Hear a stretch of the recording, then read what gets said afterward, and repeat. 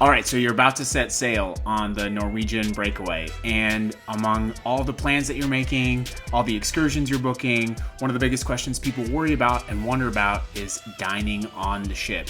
Don't worry, we've got you covered. We recently went on a 7-day trip on the Norwegian Breakaway from New York City to Bermuda, and we're here to give you all of the down low on the dining for every single restaurant in the Norwegian Breakaway, along with personalized recommendations and tips about your dining experience. So there's no worry, you can get ahead of your dining on Norwegian Breakaway and enjoy your vacation knowing that you've got it all set with our customized recommendations, tips, and overviews.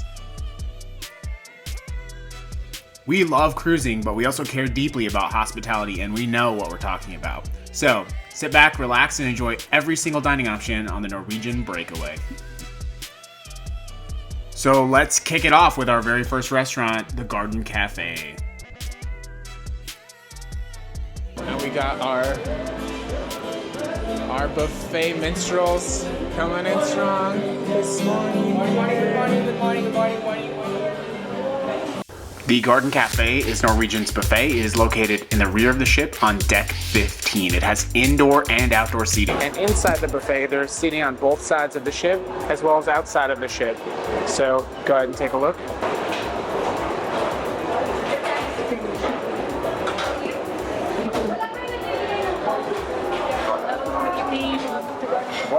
So right now, only one side of the buffet is open. They've got a taco stand set up and a place to get some nachos, more of that seating. And just look at how the sun comes in this afternoon at the buffet. It's really nice, very chill. So with almost every cruise ship buffet, but certainly with Norwegian, what you'll see is they mirror the sides of the buffet. So while one side is technically closed right now, if it was open, it would have a matching version of what we're seeing right now. That is wild. There's a pig on the ship.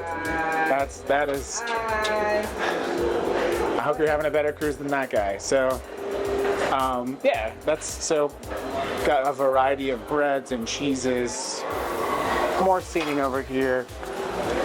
Coffee again, milk, and an ice machine, and a juice spot to get your juice. Get some soup. A standalone ice cream shop. Oh, there you go. More seating over here in the very back. There's your desserts. Here we have some entree section that's got like lo mein, stir fry, Cuban chicken, mac and cheese, French fries, and a burger station. This has got a little bit of a crepe station and some pizza. This is a whole section dedicated to Indian food, which is so yummy and has been so good. There's another mirroring beverage station. And at the very back of the Garden Cafe, you have this beautiful ship view of the ship going behind you. And you have everybody's favorite spot, the bar at the back, the Garden Cafe bar. And right now, because it's 4:30, they're setting up this side of the buffet. But if it was the normal dining time, which opens up in just a little bit, this would be full and it would mirror everything we just saw on the other side of the buffet. As you can see how much seating there is in the buffet. And it looks very empty now, but in the morning during breakfast, almost every seat's taken up, which is wild.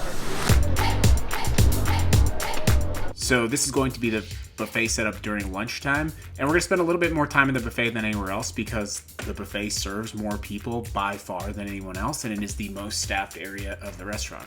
A couple things that I would worth noting is there was a consistent variety of items across the days that we were in the buffet, and the buffet area was very clean. Now, if you're one of those people who loves a good cup of coffee and you don't have a Starbucks package on the ship, there was so much coffee all over the buffet, the outside area. I never ever had a problem getting a cup of coffee. Now, I would say at the coffee and water stations, I did not see Norwegian observing the policy of asking people to be a little bit more sanitary here by filling their cups with cups, if you know what I mean. But anyways, as you can see during lunch, the variety is a little bit different, but one consistent thing is there's plenty of treats, ice cream, snacks. You can grab that just about any time the buffet is open. And again, they are doing a really great job here of maintaining cleanliness.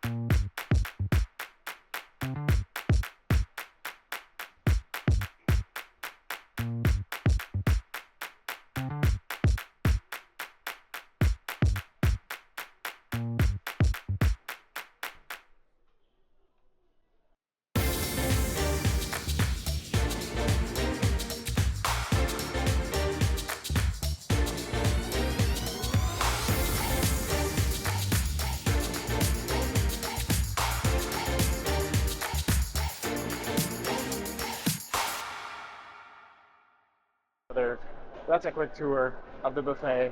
What are you gonna grab? A salad. How unbuffet like?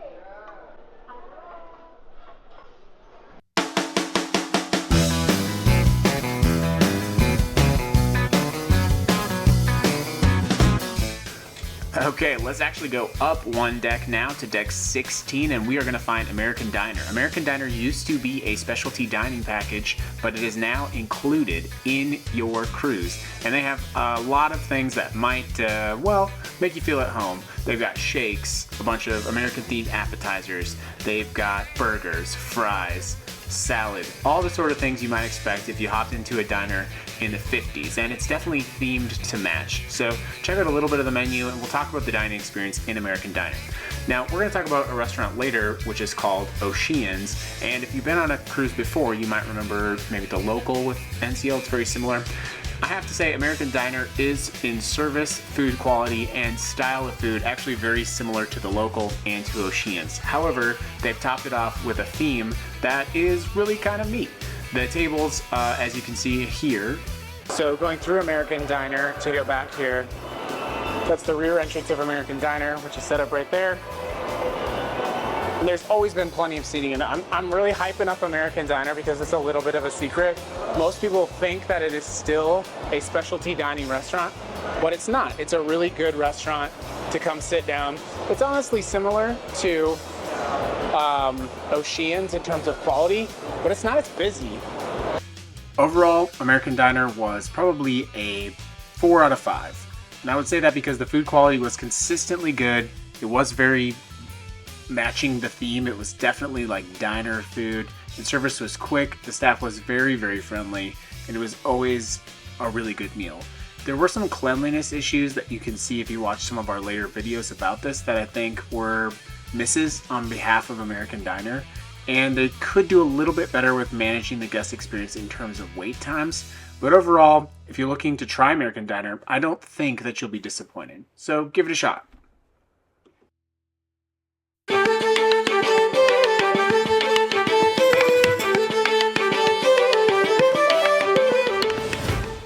All right, on deck 7, really midship, is Ocean's. And Ocean's is the go-to 24-hour restaurant where you're going to be able to get something almost any time during the day. Now, on other ships, you might know this as the local. And there's actually a reason for that. So here's a little bit of Norwegian trivia. So Ocean's was the pet project of Kevin Sheehan, the former CEO of Norwegian Cruise Line. And that's why the bar is named after him. That's why the pub is named after him. However, he was dismissed over some alleged misconduct, and so they started to change the name of the restaurants to The Local. Otherwise, it'd probably be Ocean's across the fleet. So Ocean's and The Local, for all intents and purposes, for menu and style, are really the same across the Breakaway fleet. But now you know a little bit of trivia. Ocean's has a massive menu. My favorite item was definitely this Reuben. It was so good. They have sodas, you have the ability to access a full bar, and the best thing about Ocean's is it is open 24 hours a day. Now there is a little bit of a time frame where they do close off the menu a little bit, but if it's 4 o'clock in the morning and you just had so much fun at the Bliss Ultra Lounge, you can definitely hop over to Ocean's and grab some food. Or you can get up early for breakfast and head there as well.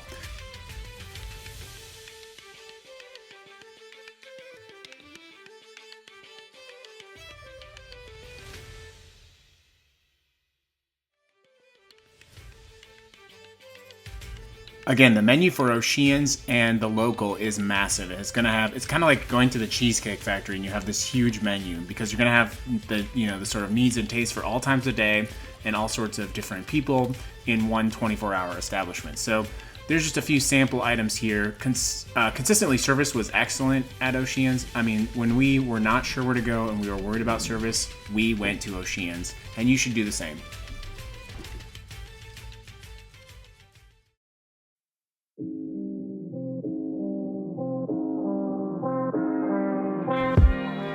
Now let's check out Le Bistro. Le Bistro is on deck 6. It's by the Teppanyaki and across from the headliners. Here's a quick sample menu. And because it's a specialty dining restaurant, remember with Norwegian, you have the option of purchasing specialty dining, or in some cases you will have it included in your stateroom. With a specialty dining package, you can get an appetizer, sometimes 2 appetizers depending on your staff, a main course, and a dessert. Each restaurant does vary in terms of what you can get with your specialty dining package, so it's always important to ask your attendant, your waiter, your server, and they'll be more than happy to give you this information. La Bistro was an amazing experience, and the menu was top-notch. We had a difficult first couple of days on the Breakaway, and La Bistro literally saved the trip. What we're going to review tonight on the ship is La Bistro, a French cuisine-inspired specialty dining restaurant, which for Norwegian Cruise Line means an upcharge or an extra charge not included with your regular dining package. La Bistro is great, but on the Breakaway specifically, La Bistro is sort of a vintage-themed French restaurant and very different from La Bistro on other ships, which have a more modern feel. So we're about to find out if La Bistro on Breakaway breaks out from the rest. La Bistro is a specialty dining restaurant, so you either need to have purchased a package to dine, or you'll have to pay an upcharge to dine in La Bistro. And there's definitely a reason for that, and the reason for that is that the service excellence and the quality of the food is definitely superior to the main dining room experience. So you are going to pay a premium, but the premium on this ship and on others has always been worth it. Let's take a look at some of our experience, including the exceptional first-class service from the staff. Ready for the bigger bill? We got in French. Un, deux, trois. Wow, bravo. Thank you. Wow. And sir, please, have a wonderful dinner. And we always say it in French. Bon appetit. Okay? Enjoy. The staff at La Bistro had a lot on the line tonight, considering everything that's happened on this cruise, and they have by far exceeded expectations. This meal is beautifully plated, presentation was excellent, and they waited for Ashley to get back so that they could do the big reveal. It's those little things that I think people forget about that make a huge difference, but honestly, it makes a huge difference. How does it taste? La Bistro on the Breakaway is a little bit more vintage theme, and the theme is definitely different than on most other Breakaway ships or even the Prima class ships, so you're going to experience a different feel, but I really liked it. And the thing that really exceeded all expectations was the fact that the service was just flawless. It truly was flawless. So if you're looking to have an exceptional dining experience on the Breakaway, I would usually direct you to Cagney's, but on the Breakaway, the Bistro was by far the best dining experience from start, as you can see here, to the very finish. So check out La Bistro. Make sure you don't miss it if you like specialty dining.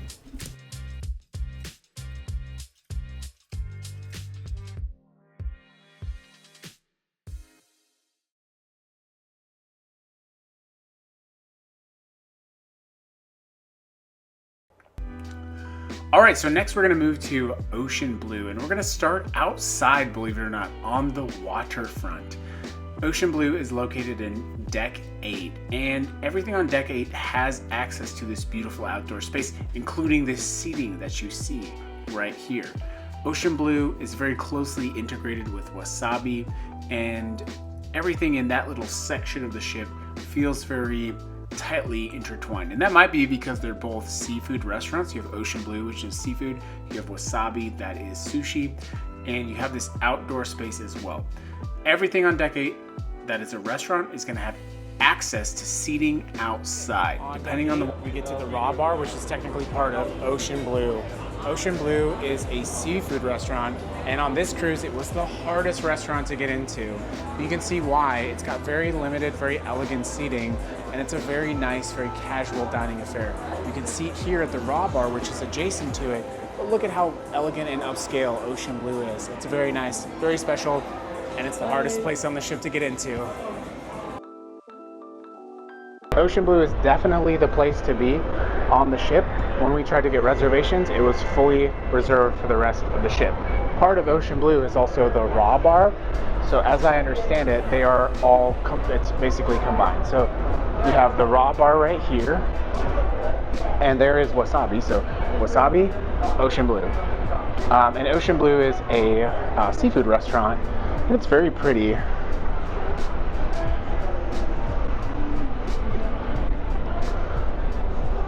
I think part of the reason that it's hard to get a seat at Ocean Blue is just because there's not very much seating available in Ocean Blue. I don't think that we're going to have the opportunity to dine at Ocean Blue, so my ability to rate and review the restaurant is limited just to my experience, but if that changes, I'll definitely let you know. I think one of the things that I love about cruising is that people are always so friendly. The guest experience is nice, so you just walk around a closed restaurant at 11 o'clock and people are still perfectly happy to help you, answer any questions you might have, try to assist you with your reservations, all those sorts of things.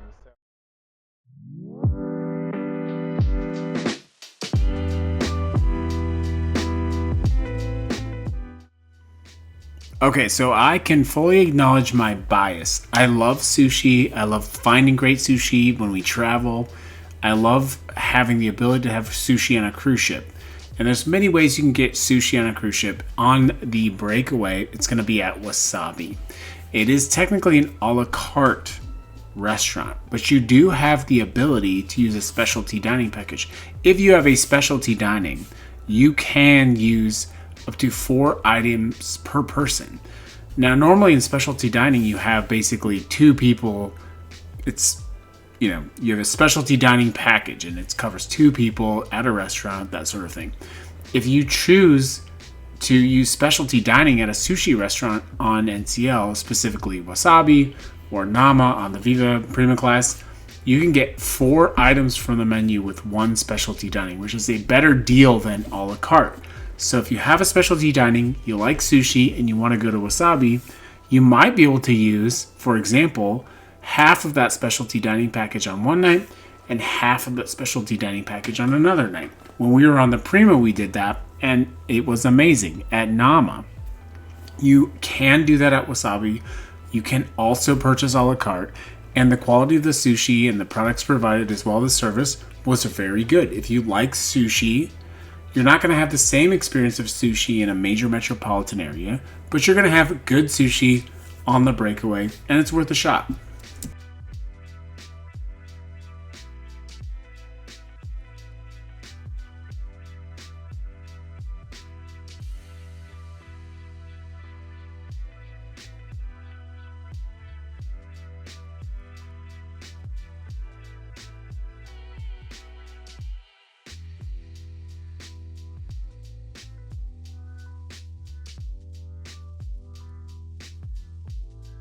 If you were to say to me, what was the best value of dining on the Breakaway?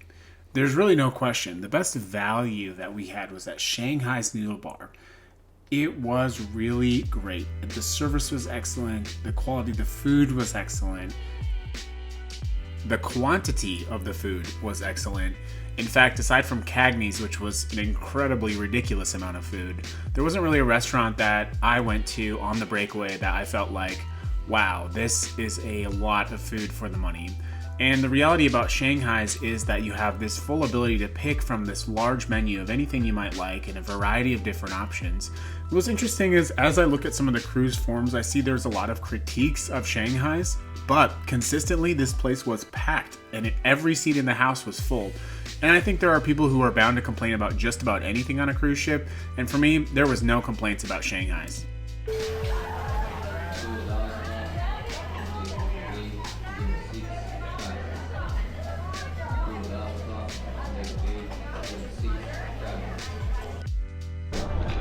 So at the Noodle Bar, you get a menu that you have to choose, and Ashley's doing all the choosing because she's the smart one. But you actually can pick one of each of these things if you want, but that looks like honestly way too much food, and it's starting to fill up. There's actually a whole group of people behind us that are preparing all of these items. We're going to be respectful and not film them. But what did we decide to get? We're going to get the pot stickers, spring rolls, and noodles, and either the 5-spice chocolate cake or the panda salad. All right, let's take a picture.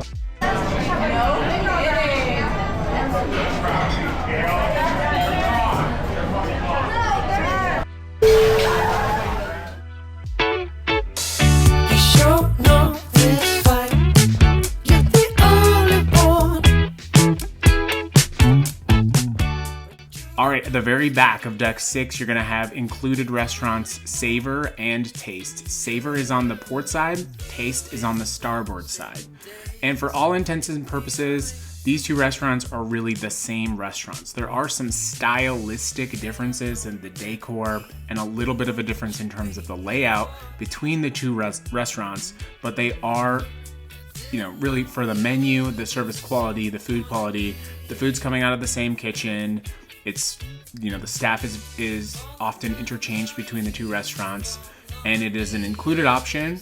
And in terms of food quality, overall, at Taste and Savor, our primary time spent here was breakfast and lunch. We actually did not dine in Taste and Savor in the evening, but you do have that option.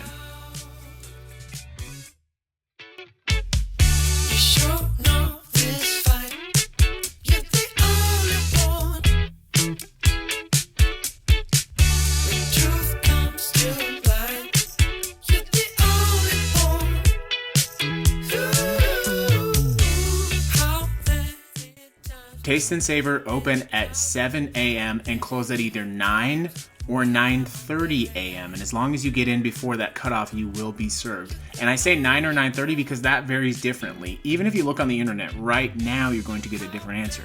But in general, on days in port, 9 a.m., on days at sea, 9:30.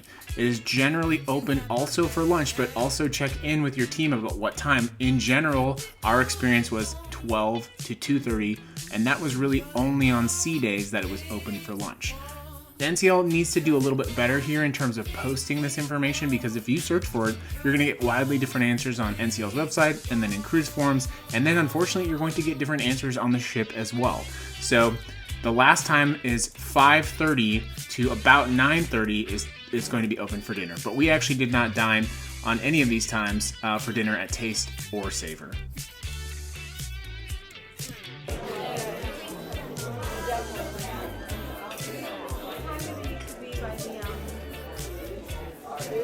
Yeah, the egg and avocado wrap. We're gonna give it a second go and see if it's better this time.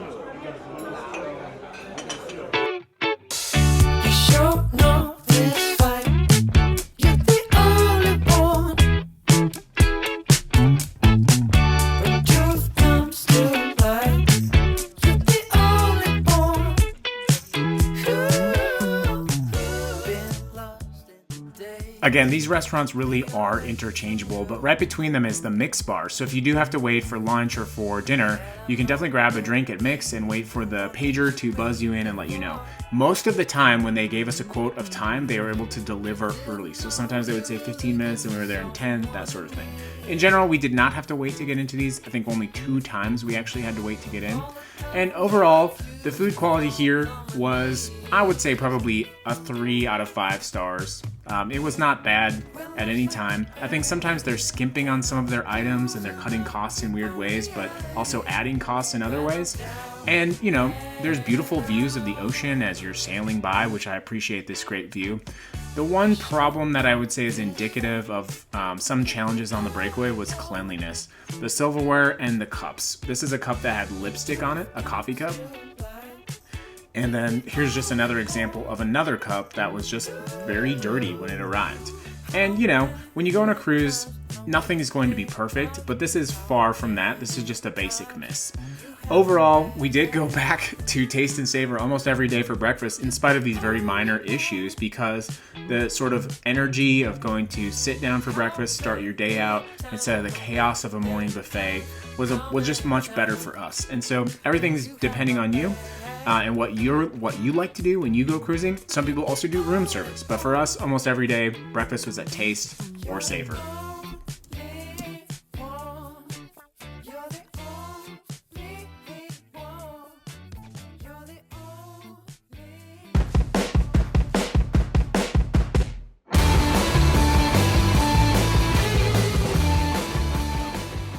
on deck 8 has something also called the waterfront, which is a wraparound of the entire ship. And it's very unique to this ship, which is kind of fun. Right on the start of deck 8, you have some of our very favorite venues. This one actually was the surprise of the ship so far. Not the best, but the surprise of the ship. This is La Cucina, a specialty dining Italian restaurant. It honestly looks and feels a lot like Olive Garden, not gonna lie, but it was a big surprise. We actually ate for 2 people with 1 specialty dining package because there was so much food. The service was top notch, but you may need a reservation when you book your La Cucina, so make sure you check in. If you book your cruise early, get in there, book your reservations as soon as possible. La Cucina does have a bar and plenty of seating, and it also has seating out on the waterfront, which we'll visit in a second. La Cucina, because it's on deck 8 and because it's on the waterfront, has this much, sort of spacing as well, but also you do have the option of dining on the waterfront. So if you wanted to have a nice outdoor meal on the waterfront at La Cucina, you could. We're in Bermuda. You can see the beautiful Bermuda evening lights, but we're choosing to dine inside tonight. So back to you.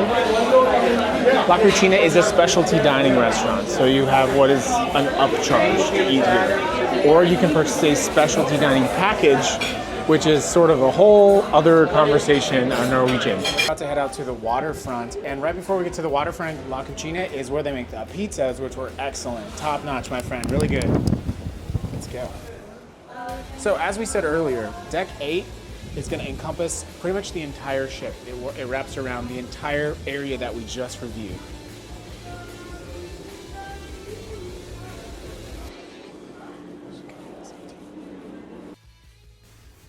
Okay, La Cucina for me was a happy accident. We did not have reservations, nor did we ever actually intend to go here. But we were wanting to make it to the rumor show, and this was literally the closest venue to that venue. So we popped in, sat down, and ordered away. We started with the fried calamari, and then made ourselves into the vegetale pizza, which was amazing. Moving on from there, we ordered the beef tenderloin. We actually did have a second main entree ordered, but we ended up canceling it because it was so much food.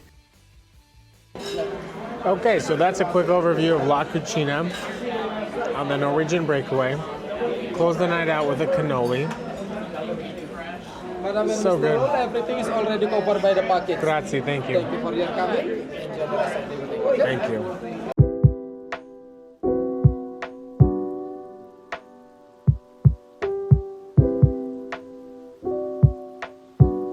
Welcome to this review of Cagney's on the Norwegian Breakaway.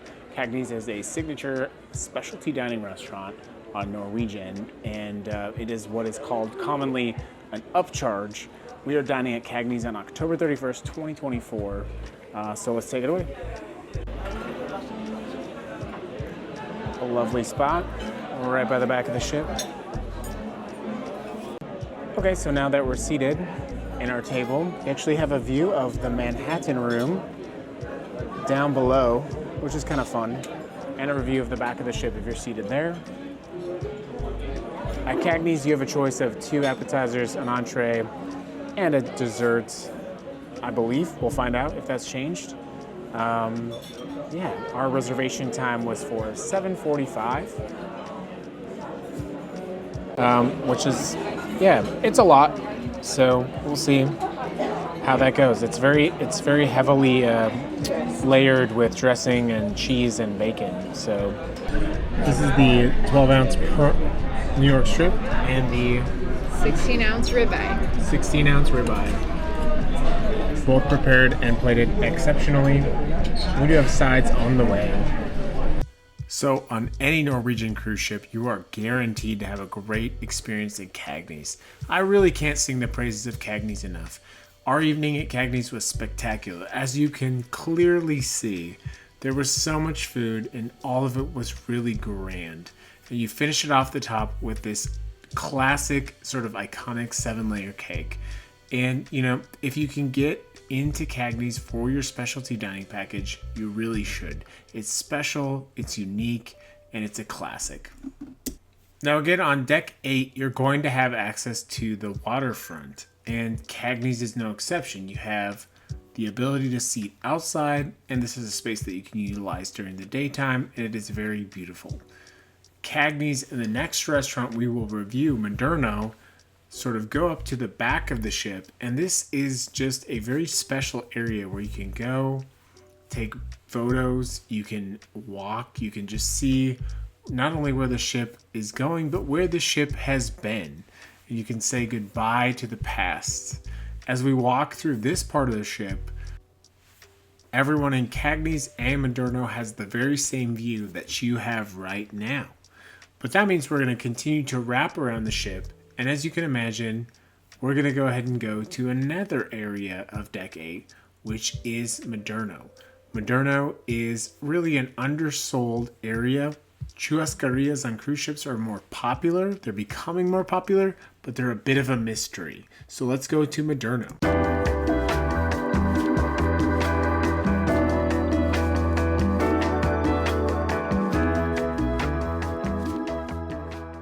On the very back of the ship is Cagney's Steakhouse and Moderno. We'll quickly go through Moderno because it's new and it's really an underutilized portion of the ship. Moderno is a churrascaria, which is a Brazilian steakhouse, and it's composed of several parts, but let's talk about it. So as people are waiting to get in line at Moderno, you'll see that it has a dining area. And what they do at a Brazilian steakhouse is they will come around with you with large selections of meat that are carved right on the spot. Before you start that section of the deal, you do have sort of a buffet style area that has salad, small things like sushi, fruit, and sort of starters for that experience. Then you grab your main seating here in this beautiful area and you get that Brazilian steakhouse experience. I think a lot of people are nervous to try the churrascaria on the cruise ship. That was our experience with another one. But honestly, our feedback from Sapphire Princess was that it was very good. We might get a chance to try it in our last 2 days here, you never know. But do check out Moderno. It is a specialty dining experience. And right on the opposite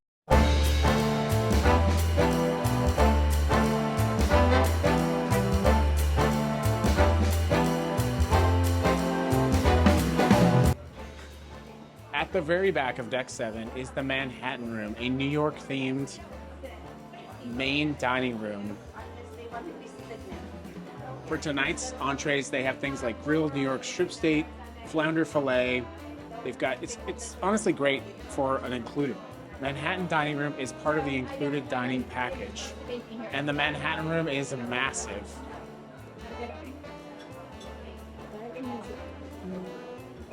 Tonight and many nights in the Manhattan Room, they have live music. The ambiance is exceptional. You can see how many diners they have seated. This is only about 5, closer to 6 o'clock. Sorry. And you can see how busy it is here. And this just keeps turning over and over and over. So when you have 3,000 people on a ship, it's gonna get very busy very quickly, and it's gonna be packed. If you look up to your right and to your left, that's Cagney's and that is Moderno, right above the Manhattan Room.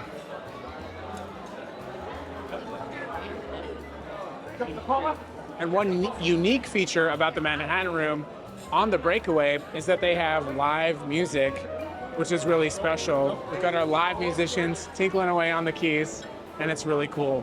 These must be some of the best seats in the house in the Manhattan Room. Gotta be pretty lucky to get those seats.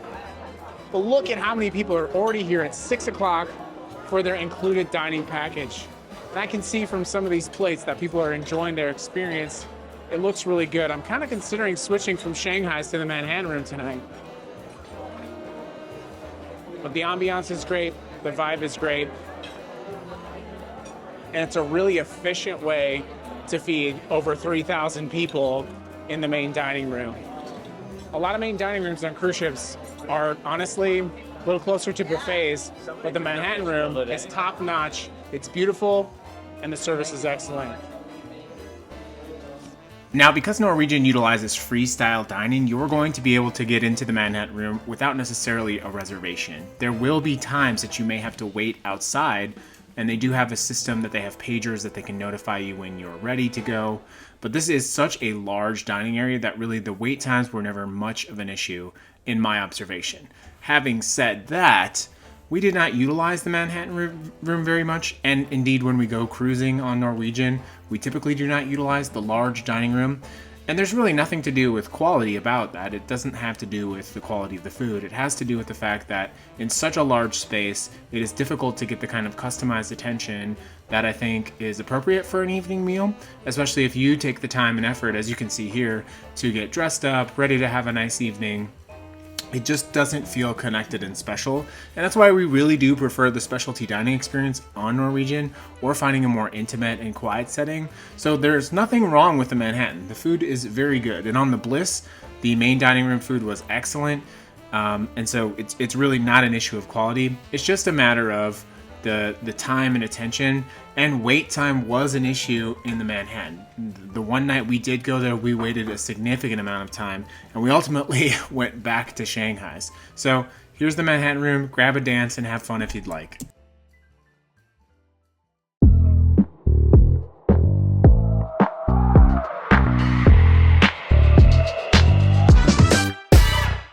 Look, in my line, I get ready. Feeling too trippy, get it cracking like a levy.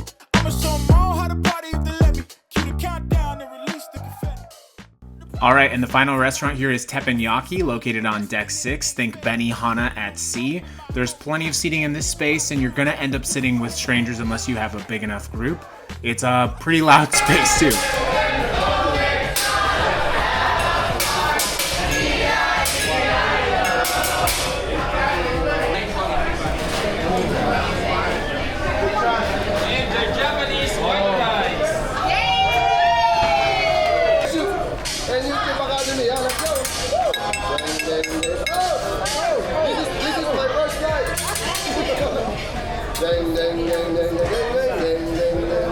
So at this restaurant, it is actually less about the food and more about the experience of the show that's put on by the chef who prepares the meal and getting to know and interact with your fellow passengers.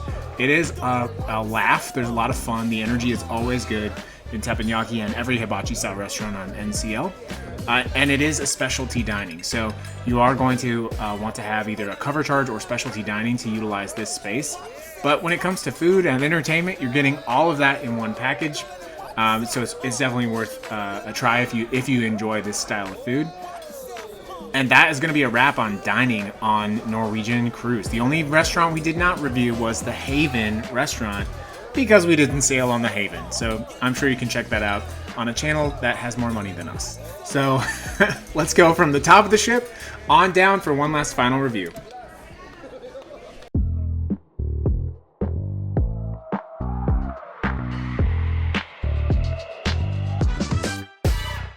Look, in my line, I get ready. All right, it's time for the speed run of every restaurant by deck on the Norwegian Breakaway and whether it's included or not. So starting on deck 16, you'll remember that you have American Diner. This is an included restaurant. There's no extra charge. It comes with your package. You go down just one floor to deck 15, the Garden Cafe, the buffet on the ship. It's open a lot and it's included, no extra charge. Now let's go down to deck 8 where you're going to find the most options, starting in the back with Moderno Churrascaria and Cagney's Steakhouse. Cagney's is one of those places that you definitely have to book. Moderno and Cagney's are both specialty dining, so either get a package or pay an upcharge. Also on the front of the ship is La Cucina, the surprise Italian specialty dining. It is a upcharge or specialty dining package, as are Wasabi, also on deck 8, and Ocean Blue.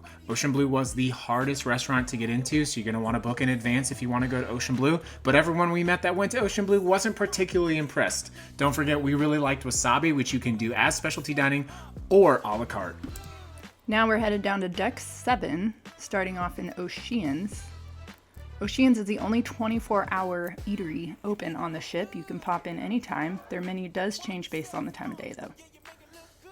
Next to the Manhattan room, most nights you'll find live music here, dancing. It's your standard included dining. And then heading out to Noodle Bar. Noodle Bar is included for now, but won't be for long. My personal favorite. And everything we just saw is included in your NCL dining package. Down to number 6. Okay, great job, Ashley. On deck 6 is Le Bistro, a specialty dining restaurant worth every single penny or every single part of that package. I would definitely recommend it on the Breakaway. And in the very back of the ship, you're going to have Taste and Savor. Taste and Savor are included in your dining package. They are open for breakfast on most days, and for some days they are open for lunch, and of course they are open for dinner as well. If you don't want the big room of the Manhattan and you want to have dinner in an included restaurant, you might want to check out Taste or Savor when you're on the Breakaway.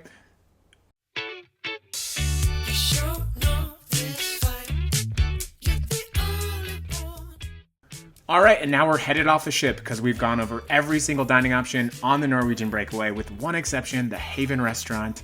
So I hope this was helpful and informative, and it helps you to make your decisions about dining on your cruise. And first of all, we hope you have the best time.